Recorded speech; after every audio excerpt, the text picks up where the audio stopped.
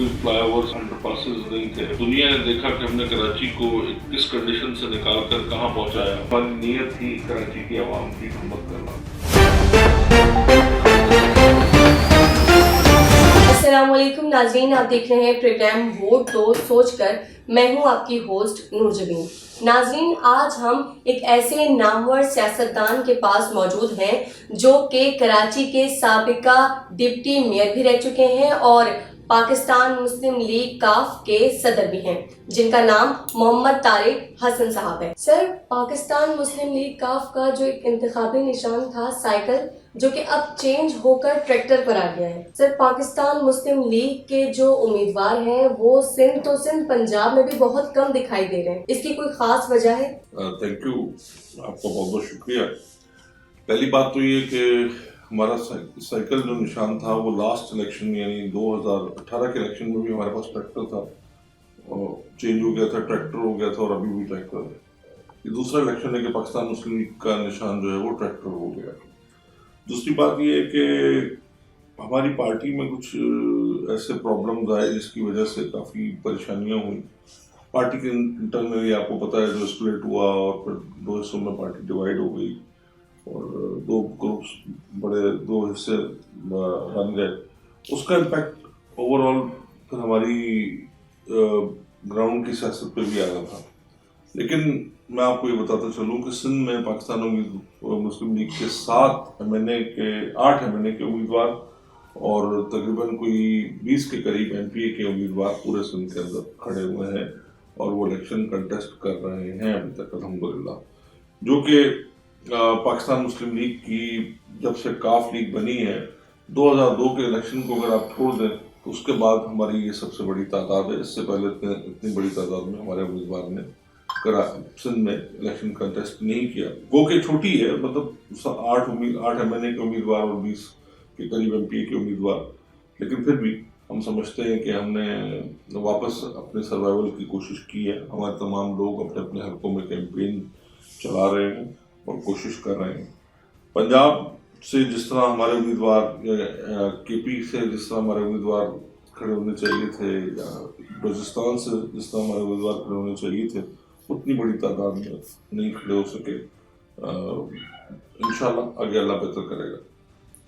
Sir, जब आप नाज़िम थे तो आपने अवाम के लिए, अवाम को रिलीफ देने के लिए बहुत सारे काम किए कराची के। सर, आपके दौर के मेयर में और अब के दौर के मेयर में कोई खास फर्क? उस वक्त के हालात ऐसे थे कि कराची बहुत बुरी कंडीशन में था। हमने उसको ठीक किया, हमने शबर उस काम की, हमने मेहनत किया, उसको बहुत बेहतर किया। उस वक्त जो हमारी हुकूमत बनी थी वो सिंध लोकल गवर्नमेंट ऑर्डिनेंस 2001 के तहत बनी थी, SLGO 2001 के तहत बनी थी। अभी ये जो मसौदा है जिसके तहत ये मेयर आए हैं, उसकी पोजीशन में हमारी पोजीशन में काफ़ी फ़र्क था।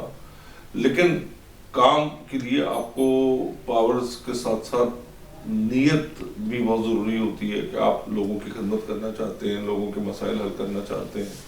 अगर नीयत हो, हमने तो जो कुछ किया दुनिया के सामने, दुनिया ने देखा कि हमने कराची को किस कंडीशन से निकाल कर कहाँ पहुँचाया, उसके क्या कराची के क्या हालात थे, उनको कहाँ से काम ले गए।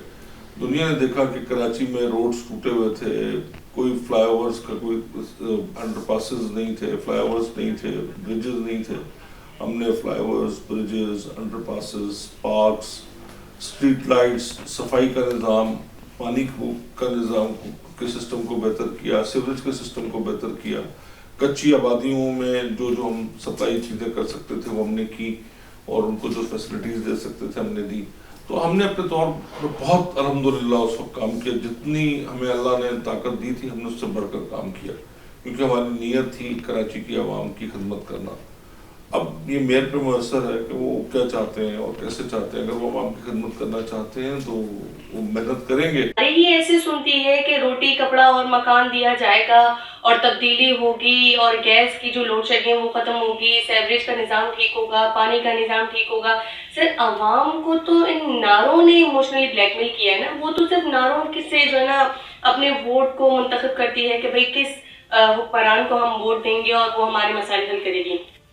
अगर सर इस तरीके से होता रहा तो आवाम तो किसी के ऊपर भी भरोसा नहीं करेगी। देखिए नारे ये लोग जो हमेशा हर 5 साल बाद एक नया कोई आवाम के मसले को बेस बनाते हैं और उसको लेकर आते हैं और उस तरह की बातें आके आवाम के सामने जज्बाती करते हैं। हमें यही तो मैंने कहा कि वही लोग हैं, वही पार्टियां हैं, हर दफा एक नया नारा लेकर आती हैं। आप उनकी परफॉर्मेंस तो देखिए कि उन्होंने पास नहीं क्या किया है। सर अगर आप इलेक्शन में जीत जाते हैं तो क्या आवाम की गैस बिजली पानी के जो तमाम मसले हैं ये हल कर पाएंगे? वारदात होती रहती हैं डकैतियों की, वो आप हल कर पाएंगे? देखिए मैंने आपसे पहले कहा कि इंशाअल्लाह ताला हमारा वादी लोगों के सामने हमने शहर के लिए इस सूबे के लिए पहले भी काम किया और अगर अल्लाह ने हमें फिर मौका दिया तो हम आवाम को काम करके बताएं। सर आप सीनियर सियासतदान हैं तो सर आप आवाम के लिए इलेक्शन के हवाले से क्या पैगाम देना चाहेंगे? वोट दो सोचकर और समझकर। मैं उसमें एक लफ्ज ऐड कर देता हूँ, आपने सोचकर कहा, मैं तो कहूँगा समझकर वोट दो। जज्बात में आकर वोट मत दो। जज्बात में आकर वोट दोगे तो ये इससे भी बदतर हाल होगा।